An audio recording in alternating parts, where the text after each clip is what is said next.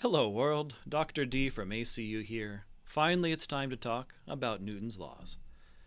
Isaac Newton is probably the most influential scientist of all time. You could say, God said, let Newton be, and all was light. And the book that he wrote working this out is probably the most important book in the history of science.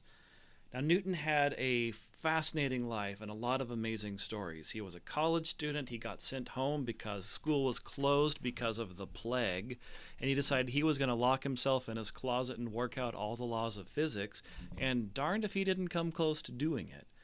Isaac Newton was also not a nice person, and there's a lot of amazing stories about that, but we don't have time for this. We've got 3 laws to discuss. So, 2 background definitions to get us going. First off, let's talk about force. Force is really hard to define, but it can be a push or a pull. And also keep in mind that forces can be contact, like there's something that's touching something else, or they can act at a distance, like how the sun and the earth have a gravitational force. Well, I say that, but I guess all forces are kind of non-contact. I mean, if my hand is touching a baseball, what I'm saying is that the electrons in the fingers of my hand are repelling the electrons in the baseball, and they don't actually touch each other. So I guess all forces are really kind of non-contact when you think about it. We can also remember that force is a vector, which is why we started this series talking about vectors.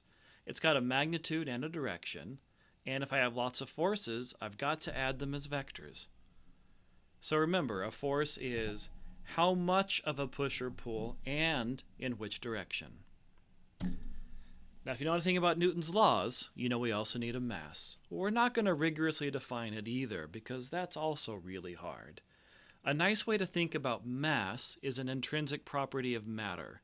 So I think about every atom has some fixed amount of mass, and my total mass is the sum of all my atoms. Now that is very different from weight, because in physics, weight is a force of gravity acting on the mass. So if I go to the moon, my mass is the same, because my atoms don't change, but my weight is 6 times smaller because the force of gravity changes. Now, if getting confused between mass and weight is a problem, think about inertia. Mass is how we measure inertia. Inertia is the resistance to change from force and acceleration, and I can measure that in kilograms. And so the more inertia I have, the harder it is to move me around.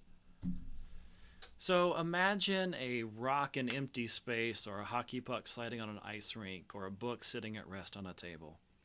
The velocities of these objects won't ever change on their own. Now that's a little weird because we're not used to things coasting for an infinite amount of time or distance. That's not what things do here on Earth, but it's what they would do if there were no forces acting on them. Now, the velocities can't change on their own, and like we talked about before, a changing velocity requires an acceleration, and that leads us to the first law. So an object continues at rest or in motion unless there's a force.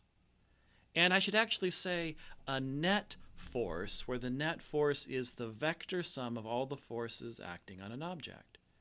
So right now I've got a cup of delicious coffee sitting on my desk.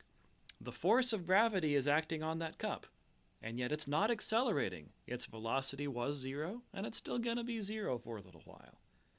Because there's also a force from the table pushing up on the coffee that balances out the force of gravity pushing down on the coffee. So the net force is 0, which is why my coffee's not changing velocity anytime soon. So that definition seems a little clunky. It's easy if you think about velocity and acceleration correctly. What we're saying here is an object can't accelerate on its own, because an acceleration means my velocity is changing in magnitude or direction. Or you can think about it this way. A force doesn't sustain velocity. A force is needed to change velocity. So if I throw a baseball, I don't need to keep adding extra force to make the ball move forward. It's going to move forward on its own. If I want to change direction, or make it speed up or slow down, then I need force. but it'll keep going on its own just fine. Okay, so net force in pictures. If I've got two forces, say 4 to the left and 10 to the right, I add those as vectors, and the net force is going to be 6 to the right. Now, mathematically, we write the net force as the sum of all forces, and the mathematical expression for sum is that capital Greek letter sigma of all my little force vectors. So remember, if the net force is 0, the object isn't accelerating. That doesn't mean that it's not moving. Its velocity could be 0 or a constant. We don't care what the value is. The point is that it's not changing unless there's a net force. To put it this way, your truck has brakes. The massive hunk of stone in the back doesn't. Now, if that's all Newton did, we might not have heard about him. It'd be kind of worthless without a definition of force. Fortunately, we have this. And this is written in all of its mathematical glory. I've got the sum of force, that's my net force on the left, equals mass, my inertia in kilograms, times the acceleration vector on the right. Now, F equals ma is one of those equations that everybody kind of knows or has probably heard of in high school. It's going to take us a while to unpack exactly how it works and what to do with it. So remember, this is a vector equation, and since you all are experts in vectors now, you know what that means. We get a direction, so the direction of the force is the direction of the acceleration, because mathematically the directions of these two vectors have to be the same. Now that makes sense. Something should accelerate in the direction that I push it in. We also have magnitude, so the size of my force vector is equal to the mass times the acceleration vector. Now that's what we mean by inertia. If my mass is really, really, really big, that is, I have a lot of inertia, then I'm going to need an awful lot of force to make an acceleration happen. On the other hand, if my inertia, my mass, is really, really, really tiny, only a tiny force can give me a giant acceleration. So Newton's second law puts the connection between force and acceleration. To put it another way, we've spent quite a while thinking about how things move in terms of kinematics and displacement and position and velocity and all of that. Now we get why things move. Why do things accelerate? Because of force. Okay, F equals ma says that the unit of force must be mass times acceleration. And paying attention to units always helps us out. So I get this combination now of a kilogram times a meter per second squared. Now, kilogram meter per second squared is a long, awkward thing to say, so let's take that combination of units and call it a Newton. Now remember, because the unit police are kind of obnoxious, when I talk about a unit, that's a lowercase n. Unless I'm just abbreviating with a letter, then it's a capital N. And of course, you know where that word Newton came from. Okay, vectors and the second law. If I have an equation like F equals ma, this equation must also be true in every direction. So I could break this up into the x components. My force in the x direction equals m times my x acceleration, and my y components. My y forces equals m times my y acceleration. Because you remember from the last section how x and y motions are completely independent? Yeah, that's what's going on here. All right, 2 laws down, 1 to go. This one you already know by heart, but you probably don't believe it. For every action, there's an equal and opposite reaction.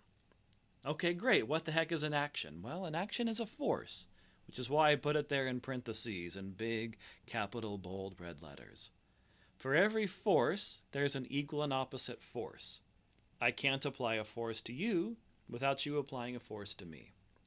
So think about this with reality and then with virtual reality. If I'm going to pick up my coffee cup, that is, change its velocity a little bit, I feel it in my hand, and I feel it in my hand because as I squeeze my coffee cup squeezes back. Now, if I was doing this in virtual reality, if I was wearing the helmet and the goggles and playing a game, I could make an object move, but I'd never feel it. It would be like pushing on a ghost. because I need that third law to make something happen, to be able to feel it, to have that interaction that's happening. Now, we can prove in other reasons why the third law has to be true, but logically, I know that to be able to feel something, it's got to push back on me. So, let's think about this. Imagine I've got a small car and it's colliding head on with a large truck. What happens during the collision? Well, seriously, pause this video, think about it for 30 seconds, and commit to one of these answers. That's all right. I'll wait. Have you looked at it yet? Okay, well, guess what, folks? If you think the answer is A, you probably don't actually believe in Newton's third law. Remember, when one object puts a force on a second object, the forces are equal and opposite, even if the objects are really different sizes. Now, if NASA has a situation where an astronaut has to get out and push, we've got some serious problems. But remember, when the astronaut pushes on the spacecraft pushes right back on him. Okay, so we talked about what is force and what it means for force to be a vector. We talked about mass, that is inertia in kilograms, and how that's not weight. And we use those to define Newton's three laws. The first law is the law of inertia that says things don't accelerate magically on their own. It takes a magical force to make that happen. The second law is the F equals ma law. That says force is mass times acceleration. So that is why do things move? It's because of force. And we've got Newton's third law. For every force, there's an equal and opposite force. The next video, we'll talk about different kinds of forces and actually use these to solve some problems. Thanks for watching.